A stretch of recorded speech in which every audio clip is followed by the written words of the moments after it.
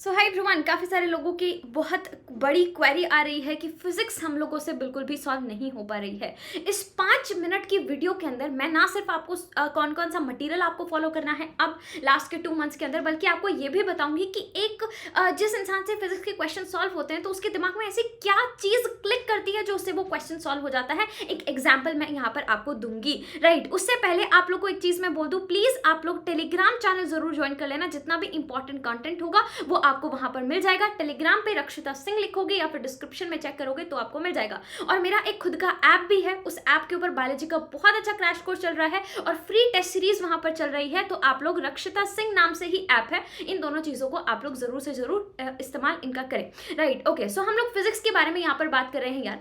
अब देखो, आप लोग को क्या चीज यहाँ पर फॉलो करनी है। जितना भी आपने पहले चैप्टर्स पढ़ रखे हैं, फॉर एग्जाम्पल आज हम लोग न्यूटन्स लॉ पढ़ने बैठे।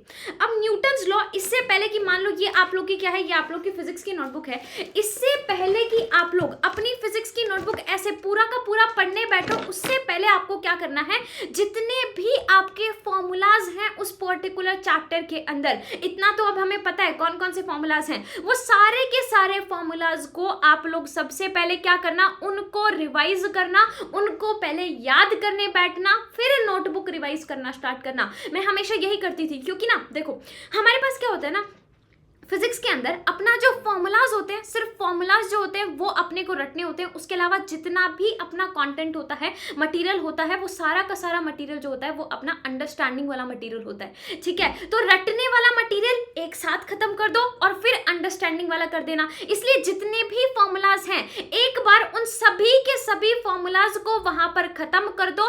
उसके बाद अपना आराम से जो आप लोगों को यहाँ पर जितना भी फिर आपकी नोटबुक रिवाइज करनी है वो नोटबुक आप लोग यहाँ पर कर लेना। तो सबसे पहले क्या करना है, चैप्टर के जितने भी फॉर्मूलाज हैं उनको रिवाइज करना, फिर क्या करना, अब उस चैप्टर को पढ़ना स्टार्ट करना। जैसे ही किसी फॉर्मूले के ऊपर पहुंचते हो, फॉर्मूले पर पहुंचते ही आपको यह सोचना है, फॉर एग्जांपल आपके पास है force is equal to mass into acceleration.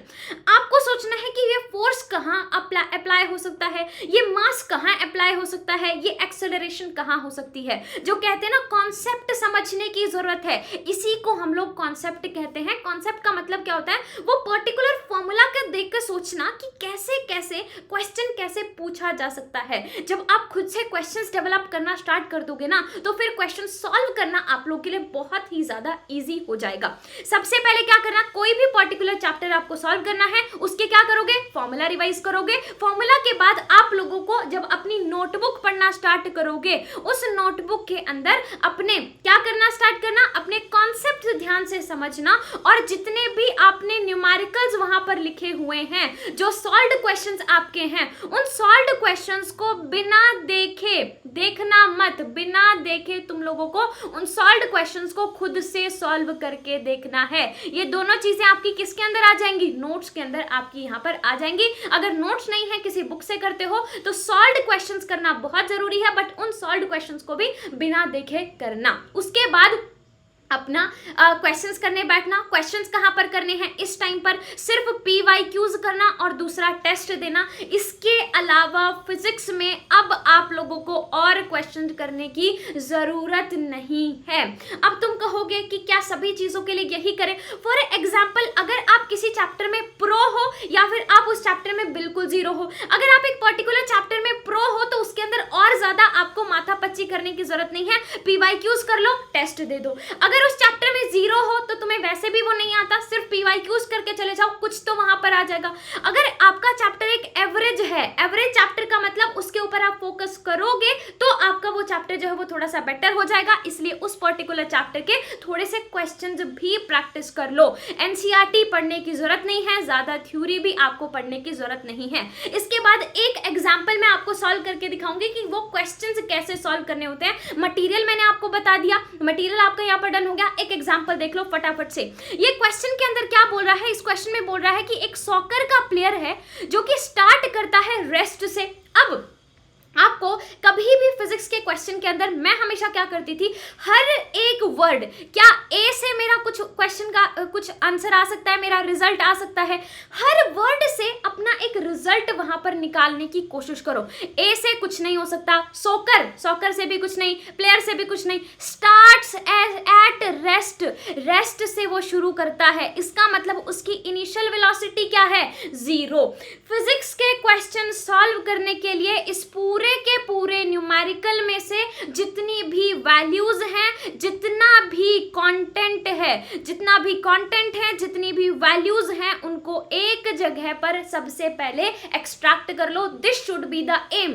क्या एम होना चाहिए कि यहां पर वैल्यूज एक्सट्रैक्ट करने के बाद आपको ये क्वेश्चन दोबारा ना पढ़ना पड़े, ये आपका यहां पर एम होना चाहिए, राइट। तो अपने पास यहां पर क्या हो गया, हम लोगों के पास सबसे पहली बात, सॉकर प्लेयर जो स्टार्ट कर रहा है रेस्ट से, एक्सेलरेट्स फॉरवर्ड, इसका मतलब यहां पर एक्सेलरेशन भी प्रेजेंट है, कितनी है वो अभी हमें यहां पर नहीं पता है, चलो कोई बात नहीं, नहीं पता तो reaching a velocity of 8 metre per second, मतलब फाइनल वेलोसिटी भी दी हुई है 8 metre per second in time 2.5 सेकेंड, कितने टाइम के अंदर, 2.5 सेकेंड के अंदर इतनी पहुंच जाएगी। अब क्वेश्चन क्या पूछा गया है, what is her average acceleration, average acceleration आपसे पूछा गया है। अब एवरेज का मतलब क्या होता है, एवरेज एक्सेलरेशन। अब अपना ये जो फॉर्मूला शीट आपने यहां पर बना रखी थी, इसमें सोचो क्या एवरेज एक्सेलरेशन का कोई फॉर्मूला आपने लिखा है, हाँ जी, एवरेज एक्सेलरेशन का एक फॉर्मूला हम लोगों ने लिखा हुआ है, what is the change in velocity by change in time. Change in velocity यहां पर 8 होगी एंड चेंज इन टाइम हम लोग के पास यहां पर आ जाएगा 2.5 सेकेंड। हमेशा 2 स्टेप आपको कोई भी फिजिक्स अंदर क्वेश्चन सॉल्व करते हुए उठाना है। सबसे पहले जितनी भी आपके पास यहाँ पर वेरिएबल वैल्यूज हैं, उन सभी की सभी वेरिएबल वैल्यूज को एक्सट्रैक्ट कर लो। सारी वेरिएबल वैल्यूज एक्सट्रैक्ट कर ली, बहुत अच्छी बात है। वेरिएबल वैल्यू एक्सट्रैक्ट करने के बाद always start the question from last, हमेशा क्वेश्चन को लास्ट से आप लोगों को स्टार्ट करना है। ये दोनों तरीकों से क्वेश्चन को सॉल्व करके देख लेना, 110% है। तीसरा, क्लोज योर आईज, अपनी आईज को क्लोज करना एंड अपना फॉर्मूला शीट को इमेजिन करके देखना। ये तीनों चीजों को अगर आप लोग अप्लाई करोगे, फिजिक्स का क्वेश्चन 110% होगा। जैसे ही फिजिक्स का क्वेश्चन तुम्हारे सामने आता है, उस पर्टिकुलर क्वेश्चन को सबसे पहले क्या करना, उसकी सारी सीता गीता।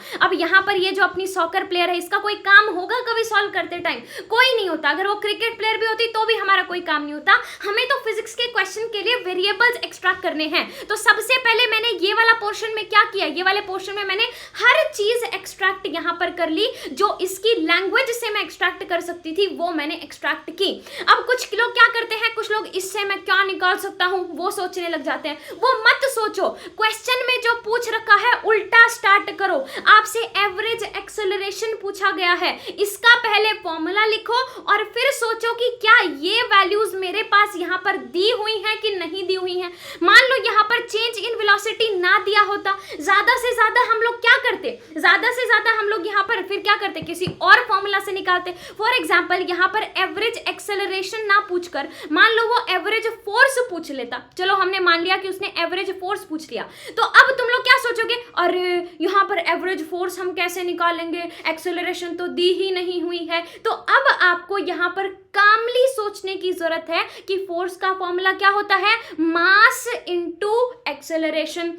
अब हमने उल्टा सॉल्व करना स्टार्ट करना है। क्या एक्सेलरेशन दी हुई है, नहीं दी हुई। मास दिया हुआ है, मान लो यहां पर मास दिया होता 2 kg, ठीक है, मास मान लो दिया हुआ है 2 kg, लेकिन एक्सेलरेशन नहीं दी हुई। कुछ लोग कहेंगे अब तो अपना हो ही नहीं पाएगा, लेकिन अब क्या करना है, अब तुम पहले इसको बाद में निकालना। चलो पहले इसको निकालना स्टार्ट करते हैं। तो फिर क्या हो जाता, change in velocity by change in time करके फोर्स इज इक्वल्स टू अपना सॉल्व कर लेते। यहां पर तुम लोगों को जस्ट डायरेक्ट फोर्स को देखते ही तो लगता कि मुझे सारी वैल्यूज नहीं दी गई हैं, लेकिन कहीं ना कहीं इधर उधर से रिलेट करोगे तो आपको वैल्यूज जो है वो यहाँ पर मिल जाएंगी। ये चीज आई गेस आप लोग को बहुत अच्छे तरीके से समझ में आ गई होगी। सारी वेरिएबल वैल्यूज को बाहर निकाल लेना, हमेशा लास्ट से स्टार्ट करना और अपना दिमाग के अंदर इमेजिन करके देखना कौन कौन से फॉर्मूला यहाँ पर लगाए जा सकते हैं। This was all about my strategy for physics, किस तरीके से फिजिक्स को अप्रोच करना है। कोई पर्टिकुलर क्वेश्चन आपको नजर आता है तो क्या आपके दिमाग में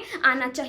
आई होप कि ये आपके लिए काफी ज्यादा हेल्पफुल रहेगी। अगर जरा से भी हेल्पफुल आपके लिए रहती है तो प्लीज नीचे कमेंट सेक्शन के अंदर थोड़ा सा बता जाया करो। कोई भी प्रॉब्लम आपको है या कोई सजेशन आपके पास है तो वो सजेशंस भी अप्रिशिएटेड हैं। नीचे कमेंट सेक्शन के अंदर मुझे जरूर बताकर जाए। मैं कमेंट सेक्शन हो सकता है रिप्लाई नहीं कर पाती, लेकिन हम लोग उनको नेक्स्ट वीडियो के अंदर इंक्लूड करने की कोशिश करते हैं, right. So thank you so much everyone. By the way, मैंने आपको ऑलरेडी बोल दिया है कि टेलीग्राम चैनल ज्वाइन करना मत भूलना, बहुत इंपॉर्टेंट कंटेंट और आपके जितने भी माइंड मैप्स या फिजिक्स वगैरह से रिलेटेड वो सारी चीजें वहां पर आने वाली है। रक्षिता सिंह नाम से आपको टेलीग्राम मिल जाएगा। Thank you so much everyone, bye bye, take care, keep working, keep hustling, जय हिंद।